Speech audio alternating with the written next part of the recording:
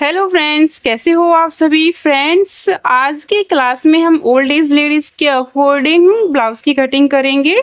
जो हमारे मॉम होते हैं, हमारे दादी होते हैं, उनके अकॉर्डिंग हम ब्लाउज़ की कटिंग करेंगे। उनका और हमारा ब्लाउज़ कटिंग करने का थोड़ा-सा तरीका अलग होता है, क्योंकि उनका जो बस्ट है वो काफ़ी लूज़ होता है, तो उसी के अकॉर्डिंग हम ब्लाउज़ की कटिंग करेंगे। तो एक बार हम नॉर्मल जितना भी शोल्डर है उसका हाफ करके यहाँ पे निशान लगाएंगे। शोल्डर 14 इंच के अकॉर्डिंग मैंने 7 इंच पर निशान लगाया है। और उसके बाद हम नेक ब्रॉड के लिए निशान लगाएंगे। नॉर्मल हम 2.5 इंच पर नेक ब्रॉड का निशान लगा देंगे।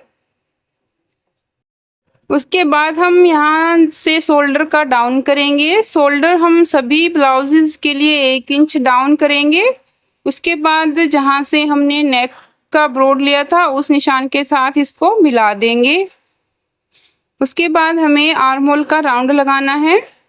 आर्म होल का राउंड हम नेक डीप के अकॉर्डिंग लगाएंगे। अगर आपका नेक ज़्यादा ही छोटा है कि 1 इंच, 2 इंच, 3 इंच या फिर 4 इंच तक का है, तब तो आप पैक नेक के अकॉर्डिंग शोल्डर आर्म होल का निशान लगाओगे। अगर आपका नेक 5, 6 या 7 इंच के अकॉर्डिंग जितना डीप है तो आपको डीप नेक के अकॉर्डिंग लगाना है। क्योंकि जो हमारी सीनियर लेडीज़ होती है वो नेक डीप बहुत ही कम रखते हैं, तो उसके अकॉर्डिंग हम कटिंग करेंगे। अगर हमें 1 से 4 इंच का नेक रखना है तो हमें शोल्डर जितना है उसका हाफ करके ही लेना है और उसके बाद आर्म होल का निशान लगा देना है। अगर आपका नेक 5, 6 या 7 इंच तक का है तो यहाँ से हाफ इंच कम करेंगे। टोटल शोल्डर में से 1 इंच और हाफ शोल्डर में से आधा इंच। जितना हमने ऊपर निशान लगाया था उतना ही एक निशान नीचे लगा देंगे। उसके बाद हम आर्म होल का राउंड लगाएंगे। मैं यहाँ से 5, 6 या 7 इंच नेक डीप के अकॉर्डिंग लगा रही हूँ। तो यहाँ से मेरा चेस्ट का साइज 36 के अकॉर्डिंग रखा है मैंने। तो यहाँ से chest divide by 6 plus half inch करके मैं इसमें आर्म होल का निशान लगाऊंगी। आपका जितना भी है आप उस अकॉर्डिंग लगा सकते हैं। अगर आपका चेस्ट साइज 40 तक का है तो आपको सिर्फ चेस्ट को 6 से भाग करना है, और 45 या फिर 46 से ज़्यादा है तो आपको चेस्ट डिवाइड बाय 6 करके हाफ इंच माइनस करना है और फिर आर्म होल के लिए निशान लगाना है। यहाँ पे 36 साइज है तो मैंने चेस्ट डिवाइड बाय 6 करके हाफ इंच प्लस किया है। इसके बाद हमें फिटिंग का निशान लगाना है। इसमें हमें ज़्यादा कोई लूजिंग देने की ज़रूरत नहीं होती, क्योंकि हमारा जो बस्ट है वो काफ़ी लूज रहता है, तो इसके अकॉर्डिंग हमें कोई भी लूजिंग देने की रिक्वायरमेंट नहीं है। अगर फिर भी आप देना चाहो तो 2 या 3 इंच की आप लूजिंग ऐड कर सकते हो। आर्म होल का राउंड लेने के लिए यहाँ से इस लाइन का हम हाफ करेंगे। वहाँ से हमने आर्म होल लाइन का हाफ किया था, वहाँ से हम 1/4 इंच जितना अंदर जाएंगे। 0.25 पर एक निशान लगाएंगे और उसके बाद यहाँ से इस लाइन को सीधा कर देंगे।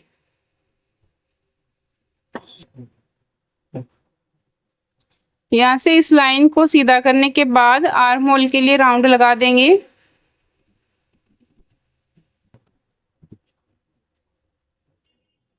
अब यहाँ से आर्म होल का राउंड सेट करने के बाद हम कमर के लिए और अपेक्स पॉइंट के लिए निशान लगाएंगे। जहाँ से हमने शोल्डर लिया है शोल्डर को हाफ करेंगे। शोल्डर का सेंटर लेकर हम अपेक्स पॉइंट का निशान लगाएंगे। आपका अपेक्स पॉइंट जहाँ भी आ रहा है उसी पर आपको निशान लगाना है। ऐसा कुछ भी फिक्स नहीं है कि आपको 8.5 पे ही रखना है या फिर 9 पे ही रखना है। जहाँ भी चेस्ट का उभार है वहीं से आपको मेजरमेंट लेना है, चाहे वो आपका 10 इंच पे हो, 11 पे हो, चाहे और ज़्यादा डीप हो, जितना भी है उसी के अकॉर्डिंग आपको लेना है। मैं यहाँ पे 10.5 इंच पर एक निशान लगाऊंगी। अपेक्स पॉइंट 10.5 इंच पर, और उसके बाद हम लेंथ का निशान लगाएंगे। जितनी भी लेंथ है उस लेंथ के हिसाब से हम निशान लगाएंगे।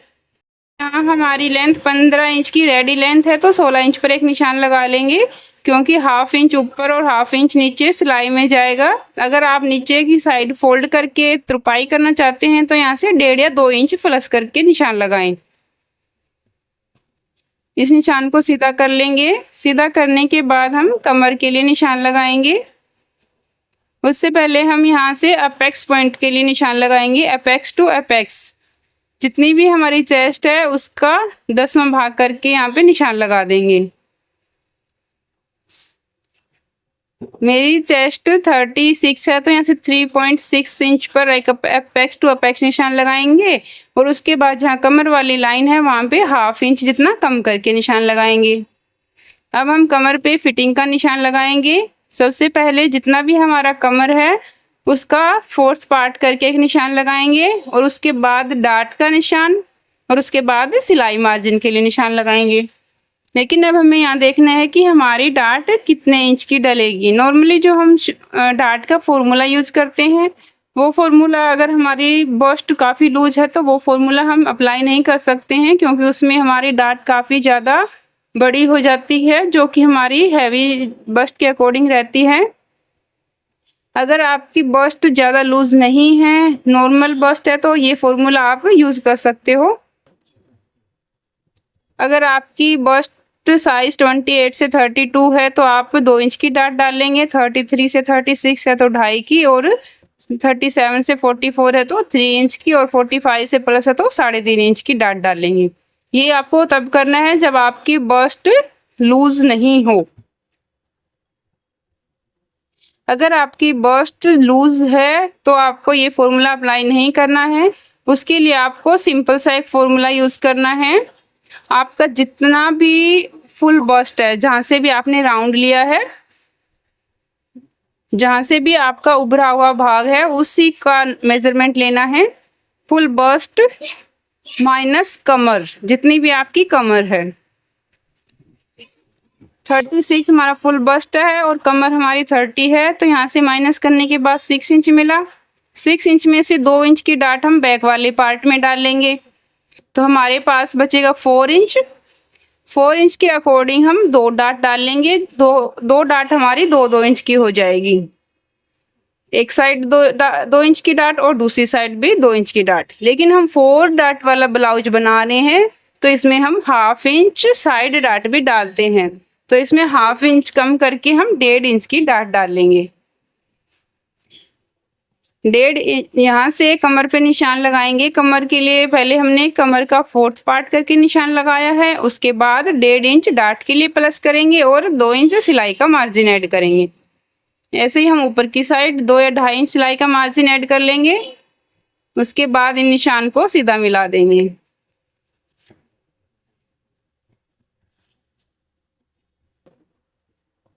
इन निशान को मिलाने के बाद हम डाट के लिए निशान लगाएंगे। अपेक्स टू अपेक्स हमारा 3.6 है और कमर वाली लाइन पे हम 1/2 इंच कम करके 3 इंच पे एक निशान लगा देंगे। उसके बाद 1.5 इंच डाट के लिए निशान लगाएंगे। इसमें हमारा डाट को राउंड करना भी कोई ज़्यादा ज़रूरी नहीं होता। आप सीधी स्ट्रेट डाट के साथ भी अगर स्टिचिंग करेंगे तो आपकी स्टिचिंग परफेक्ट जाएगी।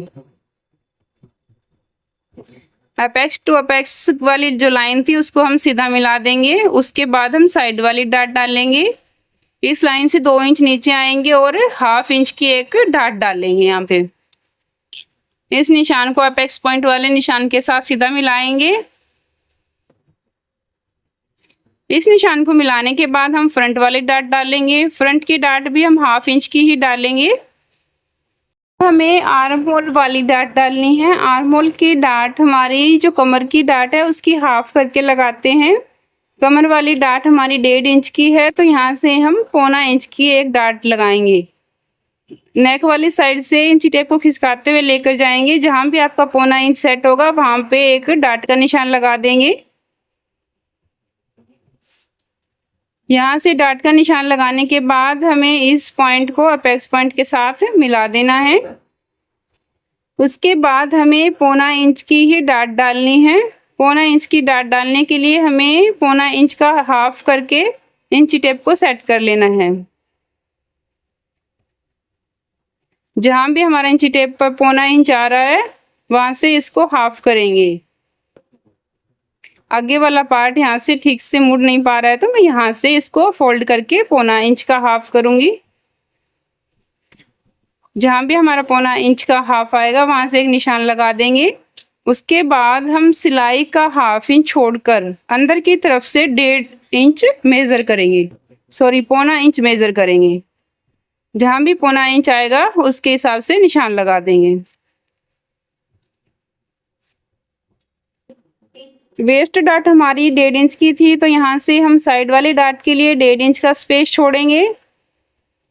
उसके बाद 2 इंच का स्पेस हम आर्म होल वाली डाट के लिए छोड़ेंगे और पौना इंच या फिर 1 इंच का स्पेस हम फ्रंट वाली डाट के लिए छोड़ेंगे।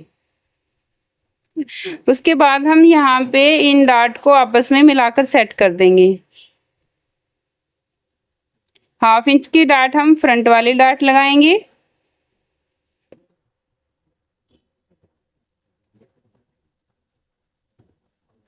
आर्म होल वाली डाट हम वेस्ट डाट का हाफ करके लगाएंगे। जितनी भी आपकी वेस्ट डाट हो उसी का हमें हाफ करके लगाना है और साइड वाली डाट हम हाफ इंच करके लगाएंगे।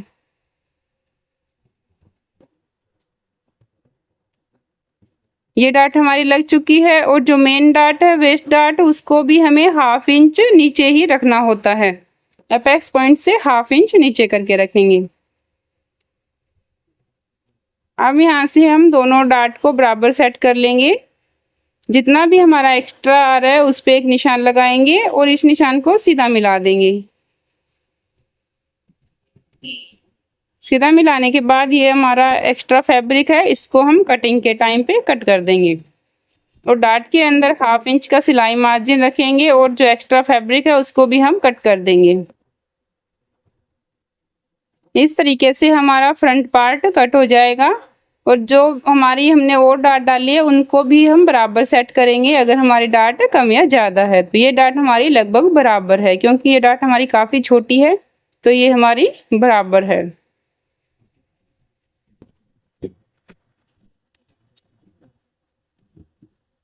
अब डाट को एक बार सेट करके देख लेंगे कि हमारा आर्म होल का राउंड चेंज हो रहा है या नहीं हो रहा। तो यहाँ से हमारा आर्म होल का राउंड बिल्कुल लगभग बराबर है। एक लाइन जितना हमारा आर्म होल का राउंड कम हो रहा है, तो यहाँ से इसको आप सेट करके फिर से लगा सकते हो। इसके बाद हमें नेक का ब्रॉड देखना है कि हमें नेक ब्रॉड कितना चाहिए। हम यहाँ जहाँ से हमने शोल्डर को डाउन किया था वहाँ से इस लाइन को सीधा करेंगे। ये हमारा एक्स्ट्रा फैब्रिक रहेगा। अब हम यहाँ से शोल्डर चेक करेंगे। यहाँ पे शोल्डर 4 इंच का है, जो रेडी होने के बाद हमें 3 इंच का मिलेगा। अगर शोल्डर हमें बढ़ाना है तो यहाँ से बढ़ा भी सकते हैं। अगर आपको 4 या इससे भी ज़्यादा शोल्डर चाहिए तो यहाँ से बढ़ाकर हम निशान लगा सकते हैं। अब हमने शोल्डर 4 इंच का ही रखा है। अब यहाँ से हम नेक के लिए निशान लगाएंगे। नेक हमने यहाँ से 6 इंच का रखा है, तो 6 इंच के अकॉर्डिंग एक निशान लगा देंगे। जितना नेक का ब्रॉड ऊपर है उतना ही नेक का ब्रॉड हम नीचे की तरफ लगा देंगे और यहाँ से इस निशान को मिला देंगे और उसके बाद हम नेक की शेप दे देंगे।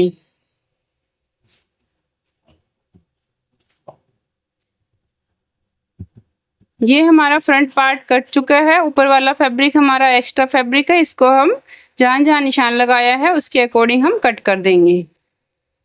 ऐसे ही हम बैक पार्ट की कटिंग करेंगे, क्योंकि हमारा बैक पार्ट का नेक भी छोटा ही रहने वाला है। तो उसी के अकॉर्डिंग हम यहाँ से जितना शोल्डर हमने लिया है उसी के अकॉर्डिंग हम शोल्डर रखेंगे। मान लो हमारा नेक 5-6 इंच तक का है, 7 इंच का है, तो भी हम इस फिटिंग के साथ कटिंग कर सकते हैं। जहाँ हमने आर्म होल लिया था, आर्म होल का हाफ करके लिया था, उसी के लिए हम बैक क्रॉस का निशान लगाएंगे। हाफ इंच बाहर की तरफ जाएंगे और इस निशान के साथ इसको मिला देंगे। उसके बाद हम आर्म होल का शेप दे देंगे और कमर में जहाँ हमने 1.5 इंच प्लस करके हमने निशान लगाया था फिटिंग का, वहाँ हमें 1 इंच का प्लस करके निशान लगाना है और हमें बैक जो नेक है उसकी भी शेप दे देनी है और बाकी हमारी कटिंग इसी तरह से रहेगी।